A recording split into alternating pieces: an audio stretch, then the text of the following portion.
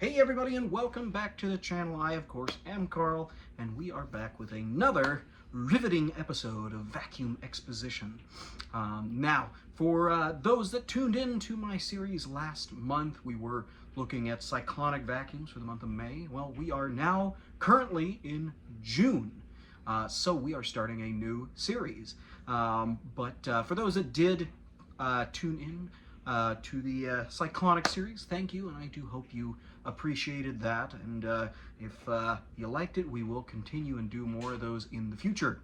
But for the month of June, we are looking at restoration projects, so they're going to be random. There's no order in particular. There's no designated make or model that I'm going to be focusing on. It's just random stuff that I have decided to take out of my selection of machines, put them back to really nice stock lookingness, and well, get them back to the point where they can be used again. Now, the first machine we're going to take a look at was one that came out of the Kansas collection. So without further ado, let's get on to the video. All right, everybody. So what we have today is a fun little machine that I dug out of a crawl space when I was in Kansas collecting the collection. Now, what we're looking at is a 1983 Hoover Celebrity 3 model S3189, which I know won't make a whole lot of sense, and honestly the model numbers don't make a whole lot of sense as to why they would be such. Those numbers don't correlate to horsepower or anything like that, but it does denote this as this particular machine. Now, the 1980s, of course, we still saw some very interesting colors, different shades of brown, greens, blues, reds, all that fun stuff, and this no different. Now, this model would have been the absolute bottom of the line when it came to this set.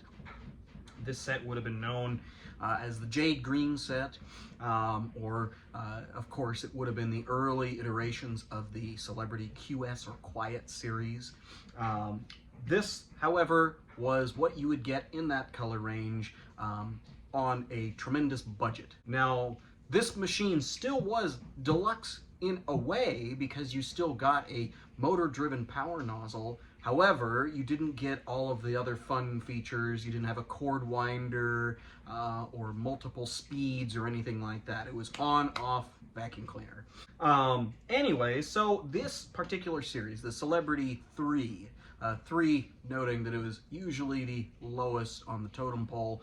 This particular model of the Celebrity 3, like I said, did come with that Jade set, which was one of the more attractive looking machine sets because, well, just the color combination of the greens and everything, as well as they did also offer some chrome aspects to each of them. But that was one of the quintessential Hoover models. A lot of very common machines in that set, but this particular machine has become one of the harder ones to find.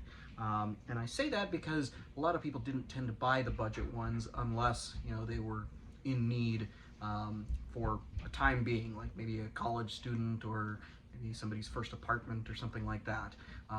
So they tended to be bought, but you don't see them anymore because I'm guessing people upgraded at some point with the simplicity of this machine. And I'll show a picture of the ad for this series as well as this model right here.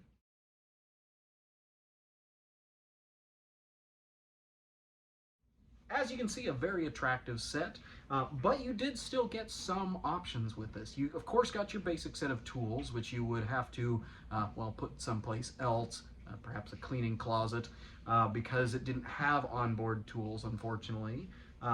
But you also had the option of a power nozzle. Now, power nozzles for these lower end celebrities, well, they didn't really come with a lot of them, mostly because you tended to give that to the bigger, you know, the more deluxe models, and not waste the money on development from the company.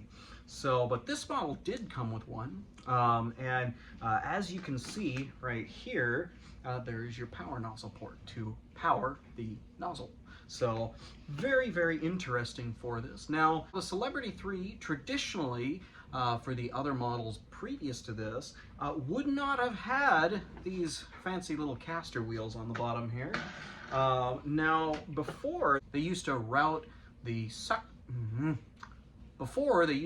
exhaust at the ground, so essentially creating a cushion of air, much like a hovercraft or even the other Hoover-made canister, the Hoover Constellation. So these would actually float on the ground behind you, thus not getting wheels stuck in the carpet. So a lot of people believe that these wheels that they put on them were, well, a more deluxe feature and definitely helped, and especially in case when you turn this off, you know, you could wheel it around still when, you know, if you were sitting on a cushion of air and that was suddenly gone, you were, you know, pulling a brick with a rope. So not pleasant for these little machines.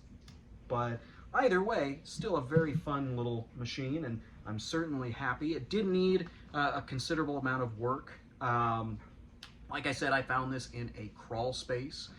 So this belonged to my late friend, Jason Hoover, aka Jay Divine.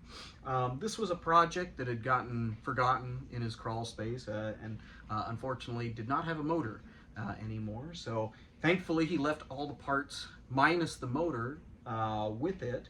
So when I brought it back here to Washington, thankfully I had a spare motor available for it. So I rewired it all, got it all back up and put back together, and now it is a once again complete running machine again. So it is definitely cool to see this, and I'm super stoked that it's now back, because I do have a couple of the other members of the set that it goes in. So complete sets are always a fun thing to have and be able to kind of look at. There was also one more thing I wanted to show about this little machine, which you know, it's kind of a little personalization. You know, my friend Jay, he used to always, whenever he serviced a machine, he used to put his initials in it, or he used to put the date at which he used to do it. And this one was no different. Now, he actually serviced this one back in 2018, but if you can see kind of in the writing, it says 1983, serviced by Jay, May of 2018. So that was when it was serviced, and unfortunately at some point after that he utilized the motor out of it for another project. So I, of course, in a very similar colored model, in a very similar colored pen, wrote serviced and fixed by Carl, May of 2024. So very, very interesting, very, very cool to have, and you know, I'm glad to have this put back together, being as that I had talked to him about it several times over the years. I knew about it, but he unfortunately didn't get back to this project, so I'm glad to complete it for him. So, well, let's get on to our run demo for today and see how this thing runs. Well, everybody, we have this little celebrity all ready to go. As you can probably notice, as probably you may have noted from the ad, we're missing a couple things with this. And I've said this several times in different videos, where canister vacuum cleaners, well, that's what they are. You need a hose and you need power nozzles and all that kind of stuff. And unfortunately, this machine lacked a lot of those. So we're going to turn it on and let it run for a bit. I'll, of course, put my hand over the suction port, so you can hear the motor change when I, you know, in case, you know, when there's a blockage or something like that. As I noted earlier, this would have had a power nozzle, so it would have been able to beat the carpet and get everything up, and then of course bring it back into a bag. But I am still looking for that power nozzle, so if anybody out there is watching and you may have some parts or a spare power nozzle that looks like the one you saw earlier in the ad, definitely let me know, because I would really like to complete this as a set. But for me, in case anybody has wondered, you know, when I acquire something like this, a canister vacuum cleaner, it's not as much of a big deal to me to not have all the attachments, just because saving what is here is more important than saving it as complete. Just because these are getting so hard to find, and you know, I wouldn't turn down a vacuum cleaner, say if it was just if it was a very rare canister and it came with nothing else. I would rather see that and put that on my shelf and clean it up and make sure it runs good, rather than, you know, hold out and hope to find one with all of its stuff. So just my interpretation when I go finding these little things. But anywho, let's see how this thing runs, and we'll go from there.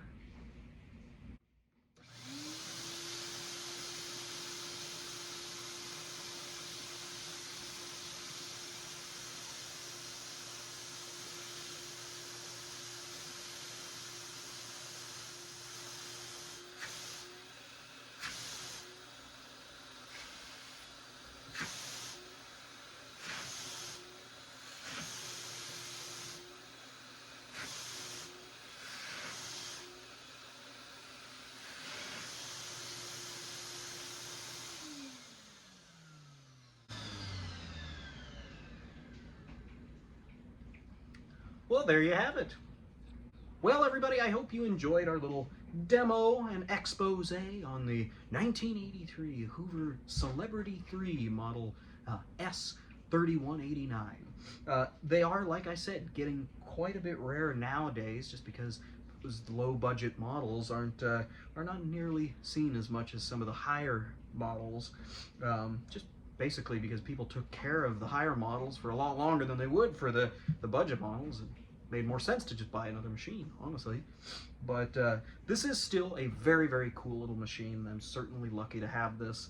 Of course, I definitely feel honored to have been able to take a project that was forgotten for a long time and then sat in storage for years and years and years. And well, now it has a fresh new life with a new motor and ready to go for years on end. So anyways, I hope you all are having a great weekend, and of course have a great week, and we will see you again next Sunday, same place, hopefully around the same time, with another episode of Vacuum Exposition.